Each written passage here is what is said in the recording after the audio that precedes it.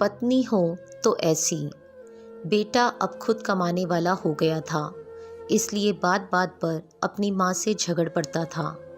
ये वही माँ थी जो बेटे के लिए पति से भी लड़ जाती थी, मगर अब फाइनेंशियली इंडिपेंडेंट बेटा पिता के कई बार समझाने पर भी इग्नोर कर देता और कहता, यही तो उम्र है शौक की, खाने पहनने की। जब आपकी तरह मुंह में दांत और पेट में आंत ही नहीं रहेगी तो क्या करूँगा। बहू खुशबू भी भरे पूरे परिवार से आई थी, इसलिए बेटे की गृहस्थी की खुशबू में रम गई थी।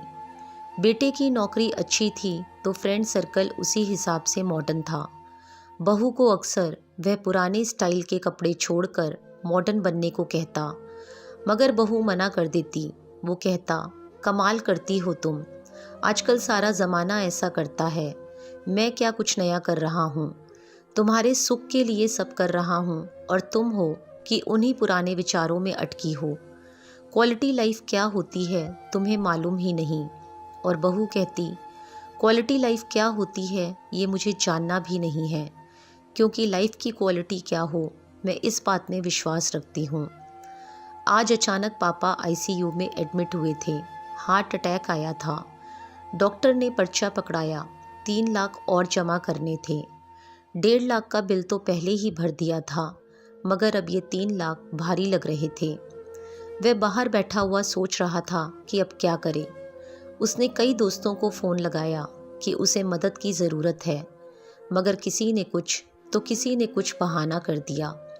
आंखों में आंसू थे और वह उदास था। तभी खुशबू खाने का टिफ़िन लेकर आई और बोली, अपना ख्याल रखना भी ज़रूरी है। ऐसे उदास होने से क्या होगा, हिम्मत से काम लो। बाबूजी को कुछ नहीं होगा, आप चिंता मत करो। कुछ खा लो, फिर पैसों का इंतज़ाम भी तो करना है आपको। मैं यहाँ बाबूजी के पास रुकती हूँ, आप खाना खाकर पैसों का इंतज़ाम कीजिए। पति की आंखों से टप टप आंसू झरने लगे। कहा ना, आप चिंता मत कीजिए। जिन दोस्तों के साथ आप मॉडर्न पार्टियां करते हैं, आप उनको फ़ोन कीजिए, देखिए तो सही कौन कौन मदद को आता है।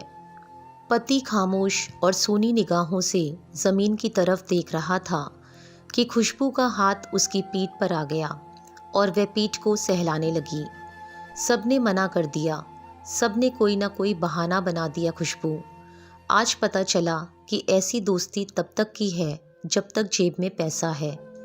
किसी ने भी हाँ नहीं कहा, जबकि उनकी पार्टियों पर मैंने लाखों उड़ा दिए। इसी दिन के लिए बचाने को तो माँ बाबा कहते थे।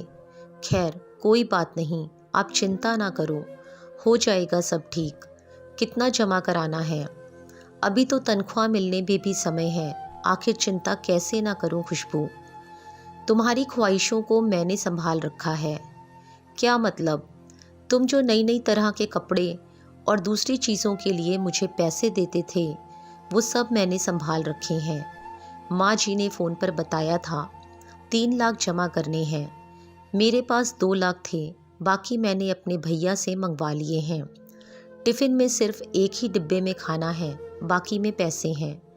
खुशबू ने थैला टिफ़िन सहित उसके हाथों में थमा दिया। खुशबू, तुम सचमुच अर्धांगिनी हो। मैं तुम्हें मॉडर्न बनाना चाहता था, हवा में उड़ रहा था, मगर तुमने अपने संस्कार नहीं छोड़े। आज वही काम आए हैं। सामने बैठी माँ की आंखों में आंसू थे। उसे आज खुद के नहीं बल्कि पराई माँ के संस्कारों पर नाज था, और वो बहू के सिर पर हाथ फेरती हुई ऊपर वाले का शुक्रिया अदा कर रही थी। इस कहानी के बारे में आपकी क्या राय है, कमेंट में ज़रूर बताएं।